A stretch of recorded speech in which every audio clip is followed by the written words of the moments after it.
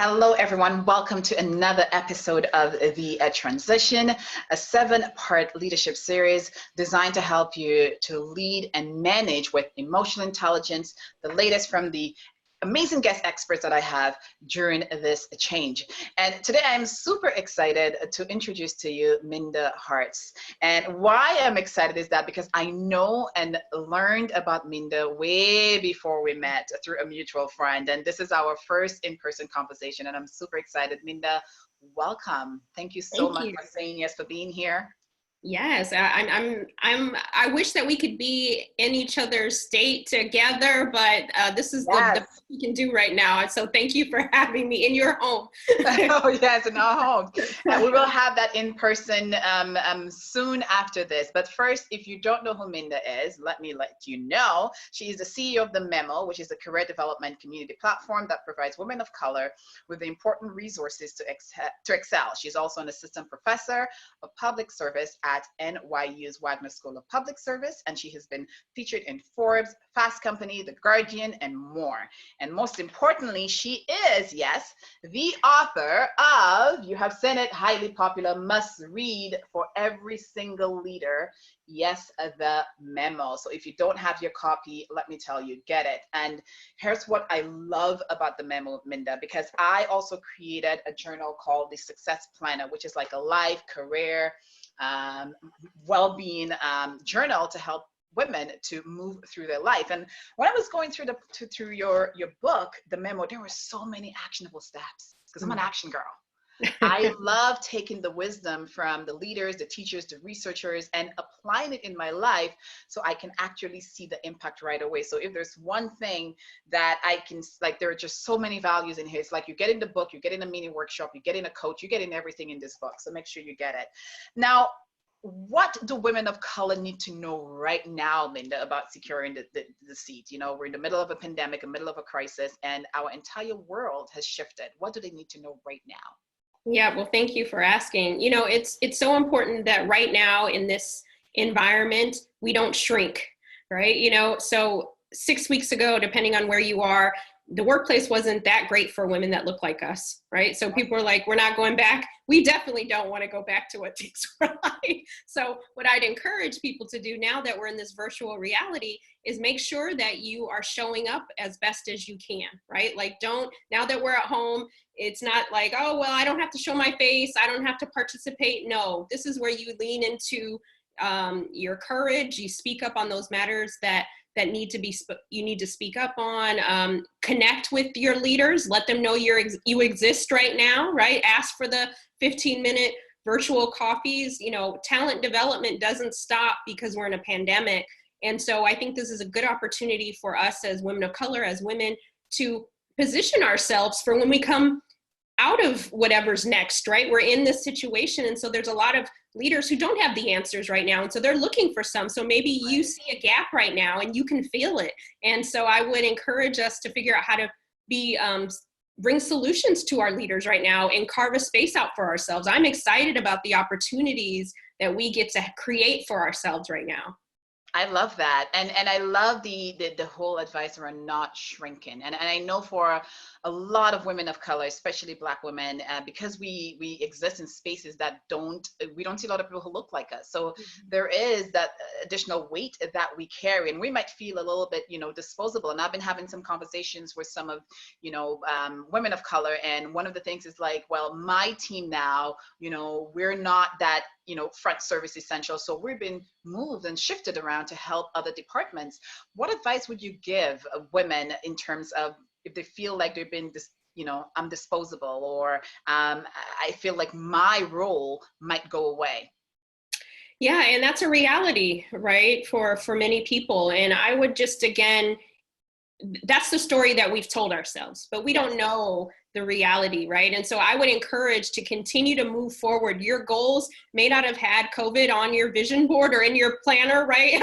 Right. But your goals, your dreams, your career still matter. And so function as if you're still going full throttle, right? Until somebody tells you anything different. But also, this is a time for you to ask yourself, what is it that I want? next, right? Sometimes we give the power to the employer or to the manager, and we forget that we hold so much power too. So right now, use this time to pause and say, is this place right for me, right? If they don't see me as an essential part, then maybe I need to find a position where they do value what I bring, right? And so again, taking that power back, because the stories that we tell ourselves would tell us that we're going to get laid off, nobody wants us, nobody, you know, and sometimes obviously those things may be true in some cases, but we hold the power, right? We have the opportunity. Again, places are still hiring. I had about 5 friends, even in COVID, get new roles, get new positions. And so things are, we could still secure our seat even in a pandemic. So I don't want you to think that that these things, that there can't be goodness still in a crisis. I love that. And such an important piece that you mentioned. I think it's something we forget in the sense of, this is a time for you to reflect and say, hey, actually now working from home, I'm looking at my job differently. Do I even want this job anymore? Am I bored? Have I settled? Is it time for me to make that move? And I know it will bring up a lot of, you know, scary emotions, and we might feel like, you know, imposter syndrome might sit in, but lean into those feelings and use that information so that you can move and shift yourself forward. And, you know, talking about this, you know, the story we're telling ourselves, I use this little mental trick with my clients. I call it SIMU. And I say, anytime you find yourself going down the spiral or the rabbit hole where you are overthinking or overanalyzing something that is not serving you, simply yell SIMU. It takes you out of your fear center of the brain, and SIMU stands for story I'm making up. I like that. Right? I'm going to start using it. Yeah, because the brain, and you know, with this infodemic, of course there is the side of fear. It's okay to dance with fear and to understand what fear is telling us, but this is not the time for us to actually invite fear in, have a you know, pajama party and have this long girls night that's not going to end. So important for people to do that. And again, if you get the memo, you'll actually see samples of emails you can send, what you can say, other women who have made bold moves, so you are not alone during this crisis. So remember that always.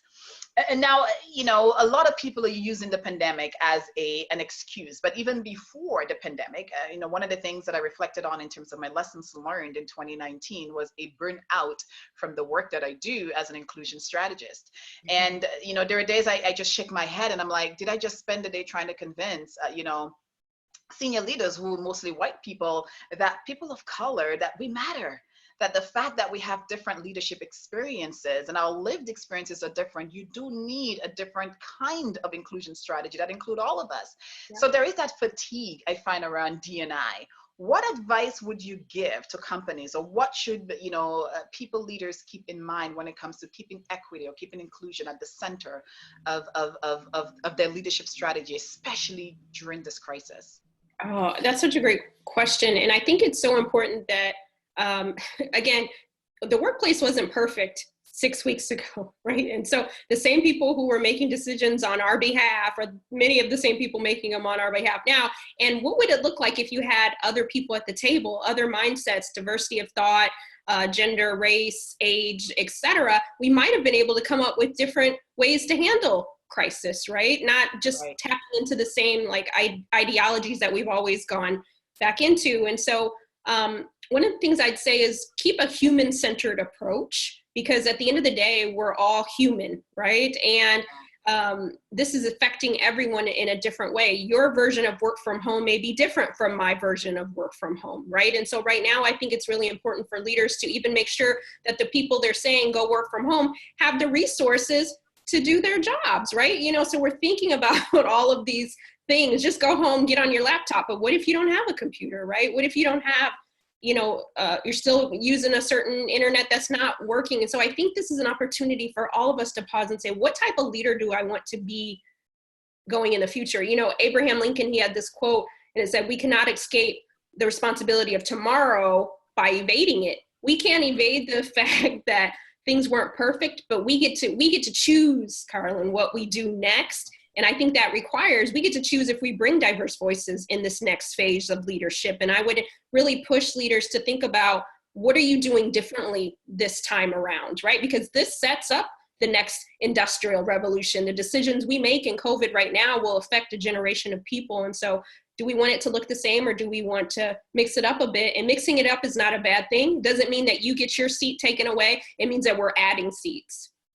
Oh, ooh, goosebumps. I love that. Doesn't mean we're taking seats away. It means you're adding seats. Oh, so good. Now, you are one who walked the talk. And I often tell people that we don't have a choice. I'm a dyed black. Like, I do not have a choice. I cannot look at my nieces and my nephews and tell them that Auntie did not work hard enough because she was afraid. So fear is not an excuse for us. And one of the things that I love is, like, you have this Women of Color Equity Initiative. Tell us more about that, and why did you start that? Yeah, it goes back to what you said. What are we going to do, right? So we can point the finger at all the people who aren't doing what they're supposed to do, but what is Minda going to do to help add value to this systemic issue? And so part of that was saying, okay, yeah, maybe I do have a decent job, but what about the woman who's not? She's surviving in the workplace that looks like me. She's not thriving, but she has all these the leaders in her company are not using her at full capacity. And what would that look like? And so I created the Women of Color Equity Initiative just more as a sourcing tool to say, if you say that you want women that look like us, then here's some women that are interested in working from you, but not just to fill a gap or check a box, but to really create an equitable environment in which they have a voice in a place here. And for those who want to work, those companies that want that, then let's partner and get these women into your spaces, because right now, like you said, some of us are reflecting, is this the right place for me? And it's frustrating when you've worked so hard and you're not getting what you deserve, out of the workplace, but there is a place, right? Whether you create it or you go into another space, there's a place for us. And my thing is, I don't want us to have worked so hard to lean out now. There is a space, and what can I do to help create that equity? Yeah. Oh, I love that. That is so good. And you are continuing to give a voice to women of color and women, in general. Through your book, you have shared so many other amazing women who are, leading great organizations or initiatives. And now you're also helping women to find their voice by writing as well. So you have an upcoming retreat that's coming up. Yeah, thank you for asking. So I was planning a real retreat in person for the summer. And we got to shift. We all have to shift, right? Perfect. Yeah. So May 15th and 16th, I'm hosting a virtual writers retreat. Many of us have so many stories to tell, right? And they're in our heads and in our hearts. And I want to make sure that everyone has the resources and tools to at least get it out of our head and onto some paper. Ah, that's awesome. So I hope people check it out. And same thing here for me. I noticed that when I moved so I'm born and raised in the Caribbean in St. Lucia. When I moved to Toronto, I was so afraid of raising my hand, because the cultural belief system I had was head down, work hard, and somebody's going to recognize you for it. But moving to Toronto, I realized that does not work here. So I had to change that belief system. But there was so much shame and fear when I was moving through that. So I started Sister Talk as a space for women to have vulnerable conversations about what does it really mean to change your life? How do we use emotional intelligence to purposely pivot?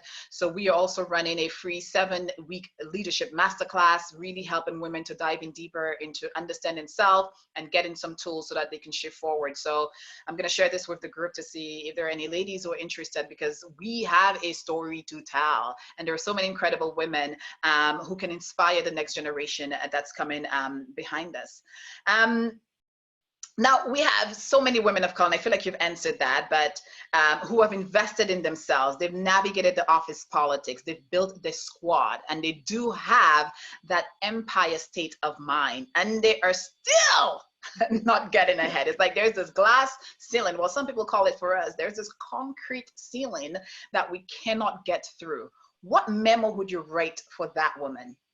Yeah, and I think that is many of us, right? There are some of us who are doing all the things, and not seeing the fruit of our labor, so to speak. Yeah. And the memo that I would send out would be, start to look at maybe where you need to be, right? In the book, I talk about Maslow's hierarchy of needs, but if you kind of flip it and look at it as a career context, what are your basic needs all the way up the pyramid? And if you're not getting those needs at your current place, then it's going to require us to be courageous, right? And maybe leave what's comfortable sometimes and unknown.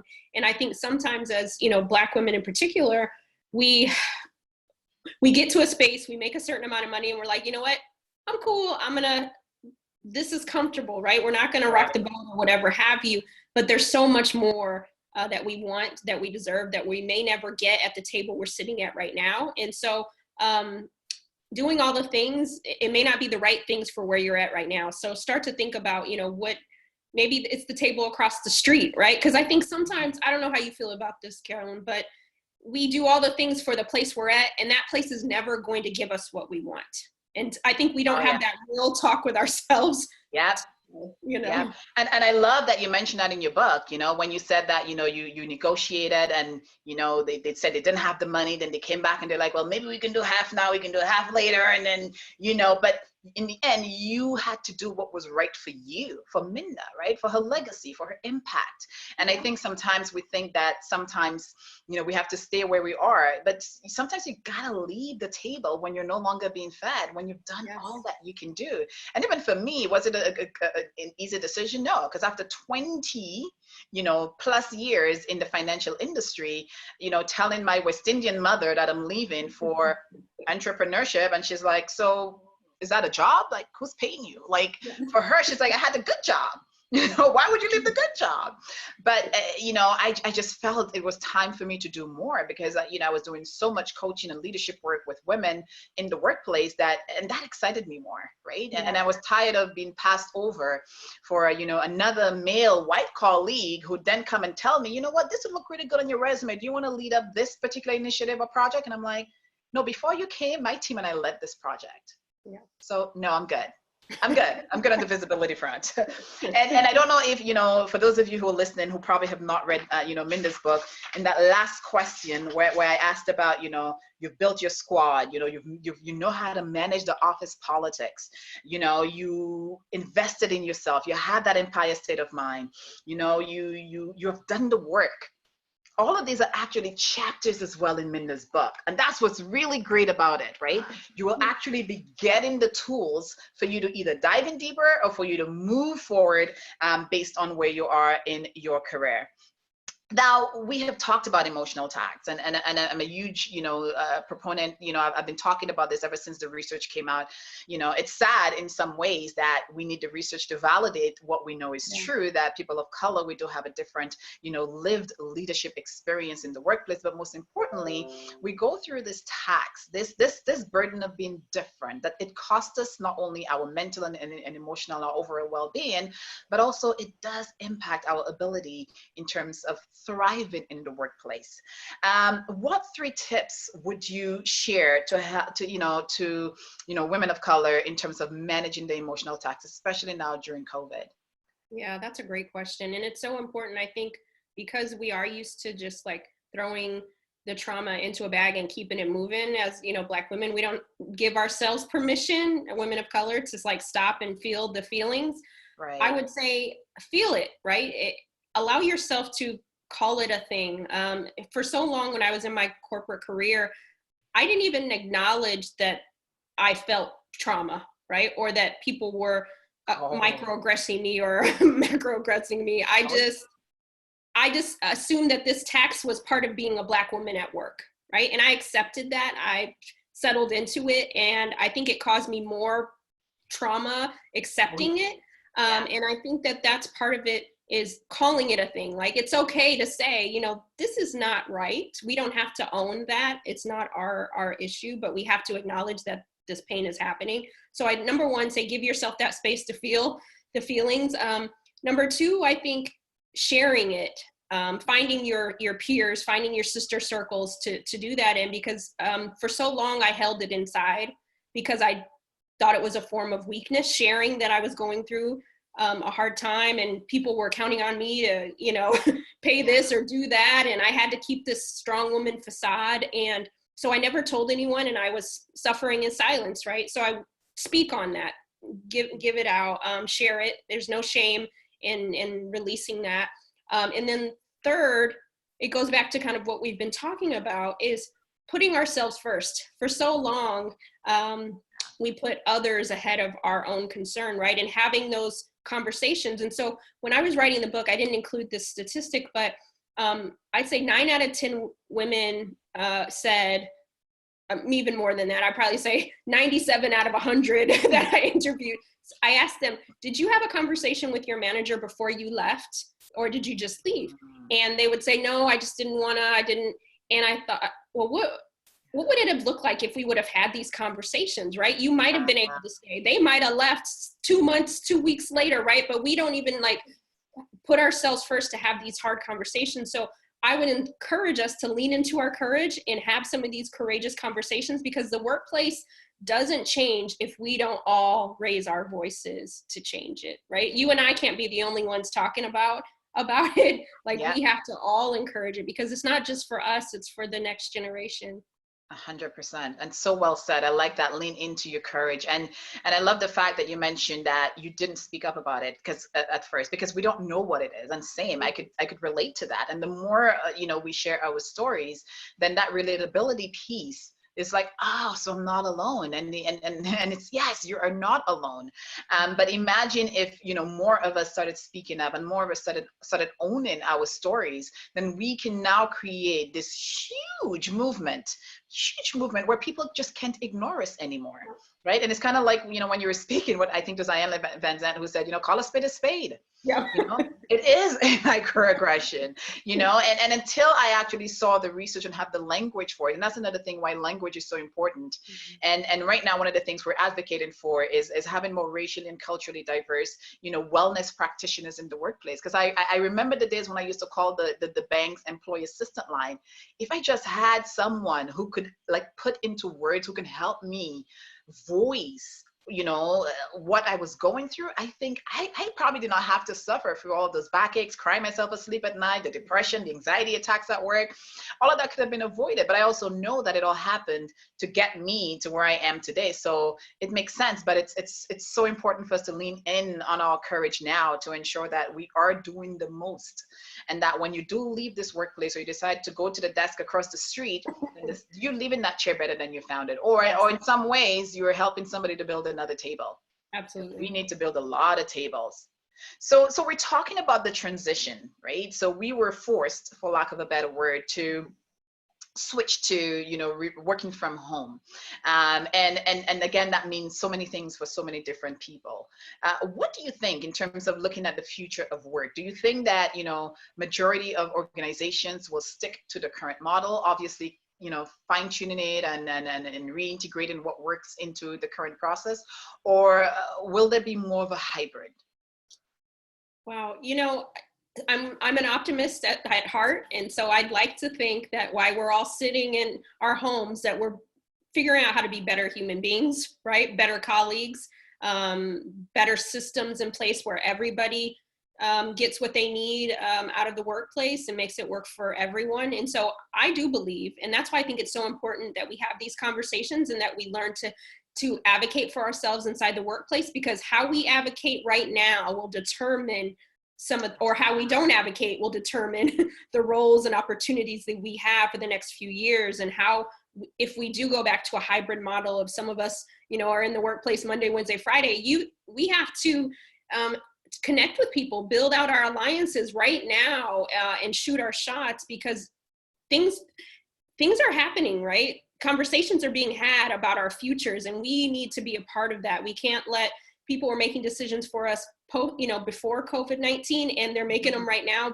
And how do we want to be a part of these conversations? And so I'm excited because, as I said at the top of the hour, is that if we get to find those gaps, we get to fill them, we get to say, hey, I want to be a part of this. And if we do that now, then I think there's some opportunities for us to really lead, because new leadership positions will be created because of this, right? New C-suite roles will be created, and will we be a part of it?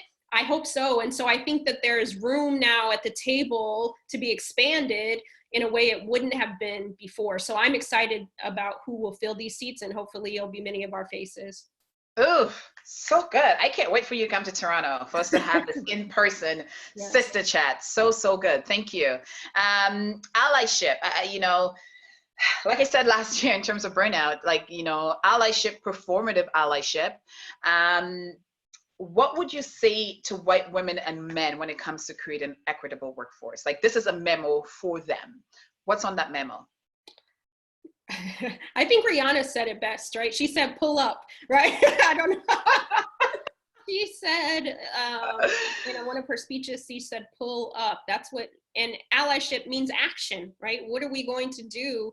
What actions are we going to take? And just saying that we're an ally doesn't change my life, right? You don't change, just saying that I'm an ally for someone doesn't make their life better, but actually showing up when it counts, doing certain things that prove when someone is microaggressing in the room, that I don't turn a blind eye to that, right? That I show up, or at least ask the person and acknowledge that it happened. So I think that white men and women in particular, or anyone who doesn't identify with the majority, has an opportunity to, or the majority has an opportunity to really show up in a way that they haven't shown up before, right? So we all have an opportunity to be better than we were 6 weeks ago, 5 weeks ago, 10 weeks ago, whenever we return back to the workplace, if we do. And I think that we have to ask ourselves, what type of colleague, what type of leader, what type of ally do I want to be? But also on the flip side, if you don't want to be that, then sit down.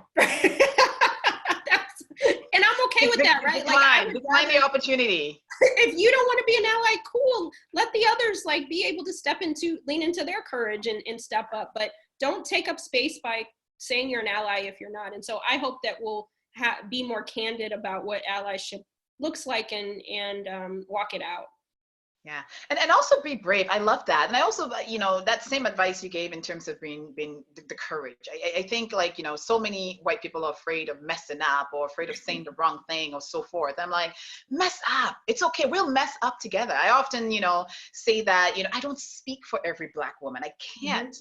My experience, it's very, and I have a certain level of privilege as well. Yes, I grew up doing my homework by candlelight. I went to the river to have that bath. I didn't have any of this, technology. All of this is all new, right? I'm only 43, and to think back 43 years ago, I didn't have access to any of that. So I understand that we all have different levels of privilege, but I think not taking action, that cannot be an excuse, especially during now when we see what's going on in the world right now. So I really hope that, and don't wait for us to tell you what to do. No. Don't wait. No. Right? Because we're battling our own, we're trying to do our best for our communities and for the rest of the world. So take the initiative and show up. And like you said, I love that, pull up and just get it done. Just get it done. Get in the ring. Brene Brown talks about being in the arena, right? It's get in the arena. We need to see you in the arena. Now we have a lot of, Black women who are afraid of the stereotype, because there's one theme that is coming all throughout, and it's about being courageous, leaning in to that courage, using your voice, speaking up, because you're right, what we do say will be added to the next, leadership strand. I know some people but I've spoken up before. Keep speaking. I get it. I understand that sometimes you can be frustrated, you might feel tired, but keep speaking. Now, there's an elephant in the room that we have to talk about, because for a lot of women of color, especially with Black women, sometimes we are the ones pulling each other back. Sometimes the one in the office who are blocking the opportunities, they look like us. What would you say to both women? Or to the women who are either holding women back, or the one who have been a part of that girl, women betrayed me, I'm done with them, etc., etc. What would you say to her? Yeah, I would say to both of those kind of mindsets is we can't function that way, right? There's too much work to be done, and we need all hands on deck. But I would also encourage us, if we're being that person that's blocking other people that look like us, then shame on you, right? You know better. Exactly. You know that this is not the way our ancestors fought for us to be able to be in these spaces, have these jobs that we have, to be blocking other people. And so think about the legacy that you're creating, or that you're not helping create because you're blocking. So there's that. But I also think in terms of if you've been hurt by somebody who looks like us, and so now you don't trust any of us, that's a very dangerous place to live. And I think that we have to acknowledge that those things happen, but give space and grace that not every person functions in that way, right? So just because there's one, bad person treated, or, dating, right? Just because someone broke your heart once, does that mean you're never going to date the rest of your life? We'd be some lonely individuals. And so give people the space and grace to be able to say, okay, I got to give people another chance. And and this is life, right? There are people who are in our lives for seasons, reasons, and lifetimes. And I think we have to continue to show up in the workplace how we want others to show up for us, right? And so releasing that baggage of hurt and pain so that you can thrive, right? Because if you're holding on to that, you're blocking maybe somebody who could help you advance, and they might look like us, right? And so don't shut anybody out. And I do think that's dangerous. And I hope that as people of color, we'll have those conversations with each other. I often talk about having courageous conversations with white men and women, but sometimes we got to have them with each other. We can't give each other a pass to cut up either.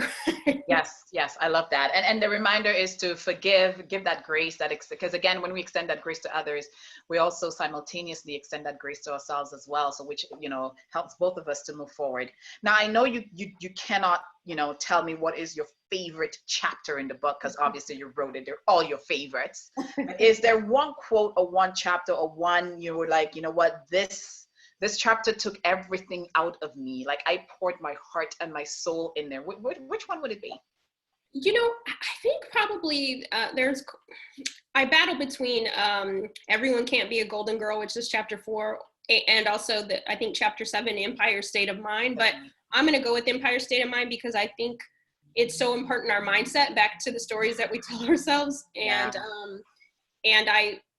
I think that we have to have a strong mindset versus being an enemy state of mind, because sometimes we can be our worst enemy, right? And so I know for me, being one of the only ones for so long in the environments that I worked in and coming from very humble beginnings, I had that imposter syndrome for much of my career. And I think it harmed me in many ways until I was able to redefine what success looked like to me and in my mind, body, and spirit. And I think it's so important because there are systems that we fight up against every day. And as Black women, I think it's imperative that we have a strong mindset, a healthy mindset, not strong, but healthy. And so I think Empire State of Mind is one of those things, like shifting our mindset will really keep us hydrated on our driest days.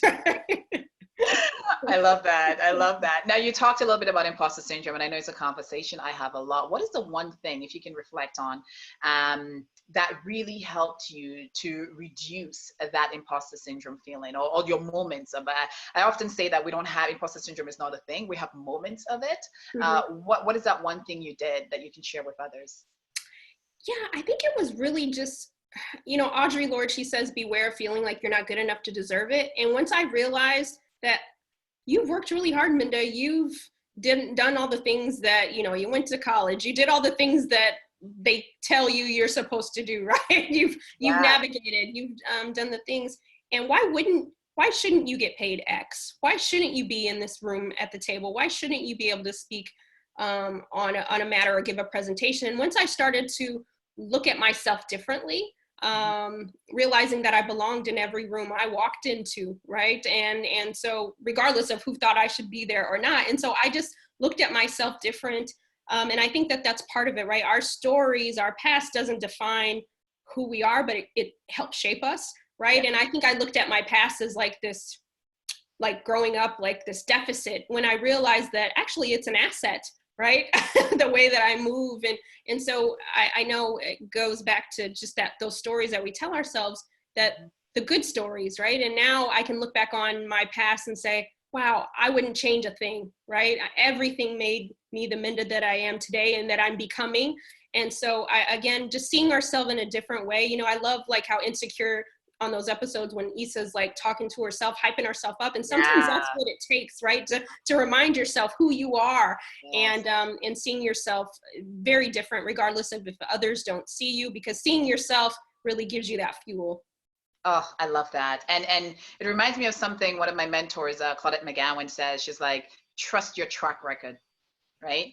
Check those receipts, trust your track record, and remind yourself. And that's another reason too, when I created the Success Planner, I specifically included as part of the monthly check-in, what were your bright spots? What were the things you did really, really well? Write it down, because the brain has the ability to just override those positive experiences. So we have to be minding our business and make sure that we are keeping track of our own receipts. So that was a fantastic. Minda, thank you so much. Just a few rapid round fire. I almost don't want to let you go. It was so good to connect with you. I know that people are just going to love this episode. And again, the memo, What Women of Color Need to Know to Secure a Seat at the Table, is available online. Make sure you get a copy. It's not only for women of color. I'd like to say, if you are a person, a leader, if you're looking to just shift your mindset, your life, there is a chapter, the entire book will be able to help you to do so. What does Minda do? Like, we're going to remove all the titles, the CEO, the author, like, you know, what is that one thing for Minda that you do every day to keep you going, to keep you moving? Yeah. How do you stay inspired? Well, I'll say what I've been doing in COVID, because before I was not good at doing those things for me, but is just I've been taking more baths. Maybe that's too much information, but just I get it. taking more relaxing, because it's that one time where I'm not taking the phone with me, right? I'm not doing thinking about, and it's just that time for me. And so I'm just taking time to pause more, because I'm one of those people that just has to be doing something. And so reminding myself to just be. Sometimes it's okay to be. And so for me, I've been enjoying just relaxing in a hot bath. I love that. That is a good one. Thank you so much, Minda. Anything else you'd like to share as we wrap up? I just want to thank you to you and the work that you do. And we need more voices, and I'm like yours. And so I'm so grateful for the work that you're doing. And I look forward to having you on my podcast so that we can continue this conversation. Awesome. Thank you so much. And I have to say thank you to Nadia for introducing me to you. A huge fan. I will continue to fangirl online. But everyone, thank you for tuning in. Minda Harts, get her book, The Memo, online. And again, the retreat, the writing retreat that's coming up as well. We will post details below. Thank you all for tuning in, and we will see you next week for another episode. Thank you.